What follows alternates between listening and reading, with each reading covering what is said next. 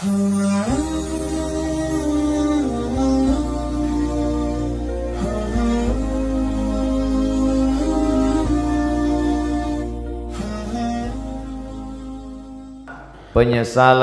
setelah mati.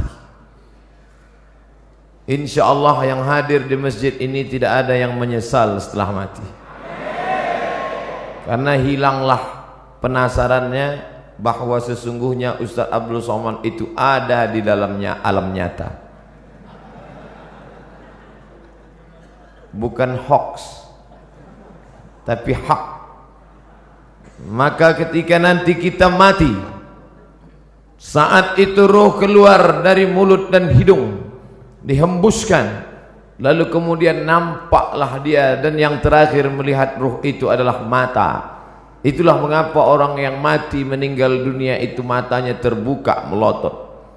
Istri, anak, buah hati, belayan jiwa tidak lagi berani. Selama ini mereka sayang kepada kita, tapi ketika itu mata yang terbuka lebar tak lagi mampu tertutup, mereka pun akan datang ke masjid memanggil tuan imam, Ustadz, Kiai, tolong datang ke rumah karena bapak saya dari tadi malam matanya melotot terus sampai pagi ini. Mereka mulai sibuk mengurus mana surat mobil, STNK, BPKB, akte notaris, karena tak lama lagi harta warisan akan segera dibagi. Dan istri pun sudah bersiap-siap akan menikah dengan Bronis. Kalau yang meninggal suami, kalau istri yang meninggal, dia pun akan mulailah menangis sebelah kanan, sebelah kiri dia melirik mana yang akan dicari sebagai pengganti. Dan bahkan belum mati pun dia sudah ada calon pengganti. Kita lah yang akan menghadap Allah Subhanahu wa ta'ala dalam lubang tanah yang basah, tanah liat karena baru saja hujan, disedot dengan mesin pengisap air, tetap naik air karena sedang musim penghujan. Akhirnya apa kata jamaah berbisik, sudah kita ikat saja dengan batu besar. Akhirnya jenazah itu pun tenggelam, lalu kemudian ditimbun dengan tanah. Hari pertama, hari kedua anak menangis. Hari ketiga mereka mulai tersenyum karena mendapat SMS lucu-lucu. Kirim rek spasi lucu, kirim ke 9090. Berlangganan 2000. Bila tidak setuju unrek, sudah di unrek tetap dikirim juga. Hari keempat mereka mulai mengambil remote dan menonton. Istri tersenyum sendiri di kamar, anak tertawa sendiri di kamar masing-masing, karena mereka punya TV di kamar masing-masing. Dan tak lama setelah itu mereka pun mulai membuka laci mencari mana surat tanah, mana surat mobil. Mereka hari Senin mulai ke kantor Samsat untuk balik nama. Kenapa balik nama? Karena polisi tidak mau menangkap almarhum. Lalu apa yang dibawa menghadap Allah?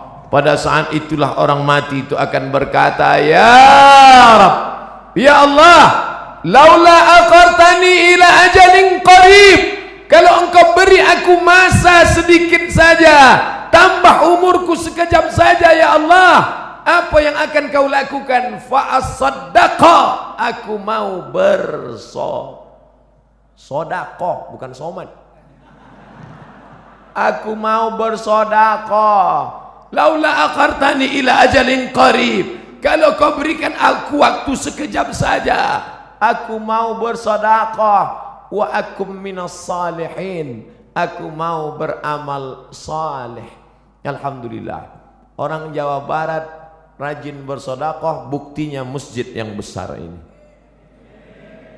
Nampaknya yang bersedekah tidak hadir di sini karena suaranya tidak besar. Kalau dia hadir pasti dia berkata, amin, itu sedekah saya. Tapi rupanya orang Jawa Barat tidak mau riak. Memang dia bersedekah tapi dia diam saja.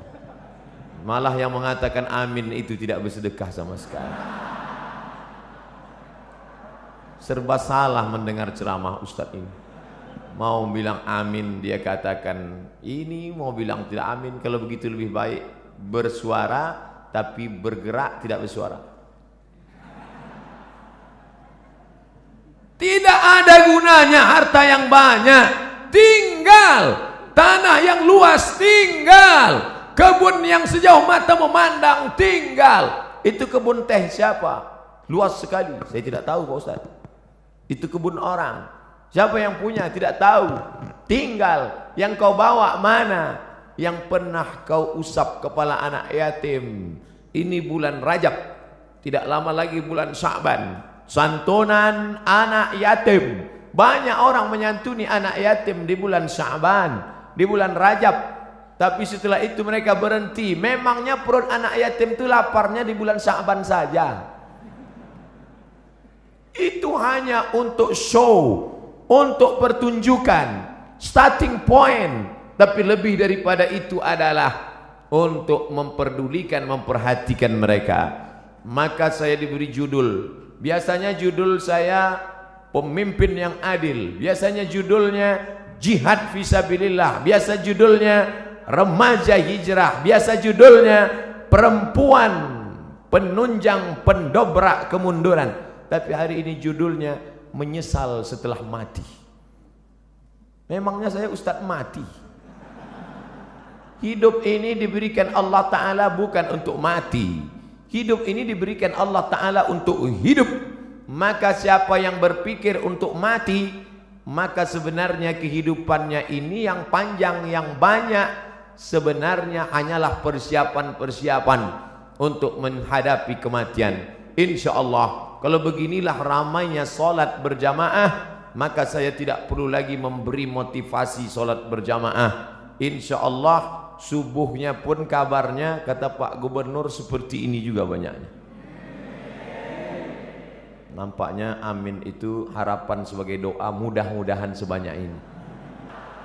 Bapak Ibu yang dimuliakan Allah, maka selagi masih ada kesempatan bersedekah, jangan sampai seperti yang dikatakan, laula aqartani ila ajalin qarib, kau tambah umurku, tapi umur tak bisa ditambah. Umur bukan isi ulang. Idza jaa ajaluhum, kalau ajal sudah sampai, la yastakhiruna sa'atan, tidak dapat ditunda walau sesaat, wala yastaqdimun, tidak pula dapat dimajukan walaupun sesaat. Penyesalan orang sudah mati banyak, tapi saya batasi pada tausiah kali ini hanya 5 poin saja. 5 penyesalan orang sudah mati. Kenapa Ustadz sebut angka 5? Karena rukun Islam 5. Kenapa enggak pakai rukun iman? Iya juga ya. Tapi payah saya nyebutnya begini. Ada 5 supaya Bapak Ibu pulang mudah ngingat. Saya termasuk penceramah yang tidak pandai ceramah ngalor ngidul. Ada orang ngomong bisa semua dia bahas. Dari Donald Trump sampai Donald Bebek bisa dibahas. Saya tidak pandai. Yang pertama, orang mati menyesal karena tidak bersedekah. Yang kedua, lau kunna nasma'u, andai kami mau mendengar, au naqilu, kami mau berpikir, kami tidak akan menjadi penghuni neraka sa'ir. Ada neraka jahanam, ada neraka sakar, ada satu khusus neraka namanya neraka sa'ir, dan itu ditempati hanya orang-orang spesialis, tidak mau mendengar pengajian. Dan masyarakat Bandung sudah selamat dari neraka sa'ir ini insyaallah. Yang ketiga, siapa itu orang yang menyesal? Mereka yang terbaring di rumah sakit, di ruang ICU, suara azan sayup-sayup masuk ke celah-celah jendela, hayya 'alas shalah, menetes air matanya. Kenapa? Karena dulu waktu sehat orang azan dia laga ikan cupang. Orang azan dia tetap main game online PlayStation, bahkan mengejek-ejek orang sholat. Hayya 'alas shalah, kamu aja duluan lah. Padahal mestinya dia katakan la haula wala quwata illa billah. Tapi sampai masanya dulu kau berotot tegap, tapi akhirnya kau seperti bunga mekar, layu, kuning, mati. Berapa banyak dulu yang berotot tegap, sebelah kiri tatu ular kobra, sebelah kanan singa. Sekarang begitu keriput, kucing kena minyak. Mana suaramu yang menggelegar dulu? Mana kumis tebalmu dulu? Nanti saya cerita kumis, yang berkumis tersinggung. Mana badanmu yang tegap dulu? Yang tegap tersinggung. Lalu yang mau saya omongin apa? Tidak ada, keperkasaan hilang, tak bermakna. Tapi kalau pernah kau bawa kakimu ke masjid solat berjamaah, wa naktubu ma qaddamu wa asarahum, kami tulis langkah-langkah tapak kaki mereka.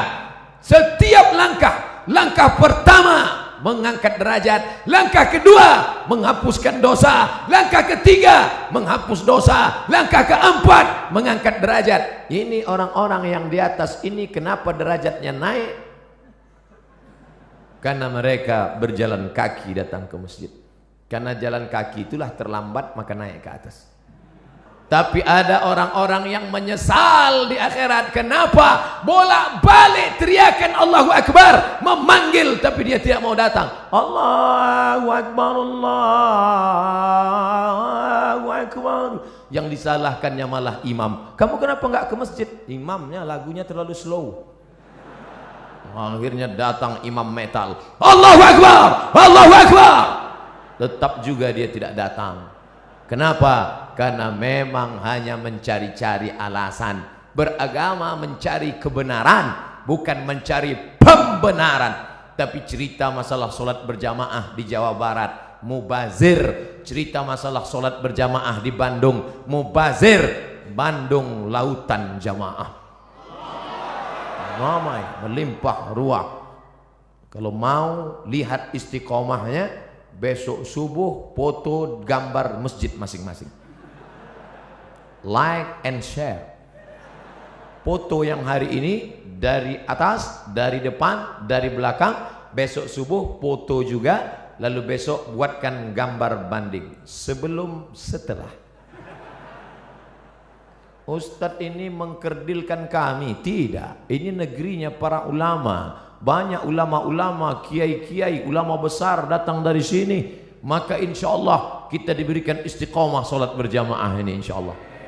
Laki-laki yang solat berjamaah itulah laki-laki yang soleh. Sedangkan laki-laki solat di rumah, laki-laki solehah. 4. Siapa yang menyesal? Orang menyesal nanti mati ketika hidupnya la yadkhulul jannah, tidak masuk surga. Siapa itu? Qati'ur rahim, orang yang memutus tali silaturahim. Alhamdulillah kita sambung tali silaturahim. Subuh ketemu, zuhur ketemu, asar ketemu, maghrib ketemu, isya ketemu. Loh, kok ketemu terus sama ente di masjid ini? Lah wong saya tinggal di sini. Rumah saya dekat dari sini. Alhamdulillah. Tapi ada orang yang rumahnya jauh, tetap istiqomah ke masjid. Di Mesir, di tepi-tepi dinding masjid disediakan kursi. Kursi 2, 5, 3, 4. Untuk apa? Orang-orang yang tua dibawa oleh anaknya dengan kursi roda, didudukkan. Qad qamatis salatu, qad qamatis salah. Allahu Akbar, Allahu Akbar. La ilaha illallah. Mereka mesti dibawa bersilaturahim. Sebelum sholat salaman, apa kabar bapak? Sehat. Di mana sekarang keadaannya? Alhamdulillah. Anak-anaknya sehat, sehat. Istrinya sehat, sehat. Tetangganya sehat, sehat. Menyambung tali silaturahim. Sekarang orang tidak lagi ada sambung silaturahim. Sabtu, Ahad, libur, tidak masuk kantor, tidak ketemu orang. Dari mulai malam Sabtu nanti malam sampai hari Ahad sore hanya di depan komputer laptop. Jempol ini sampai bengkak. Tidak ketemu orang. Sunyi di tengah keramaian. Nenek, kakek, bapak, ibu, paman, anak, ponakan duduk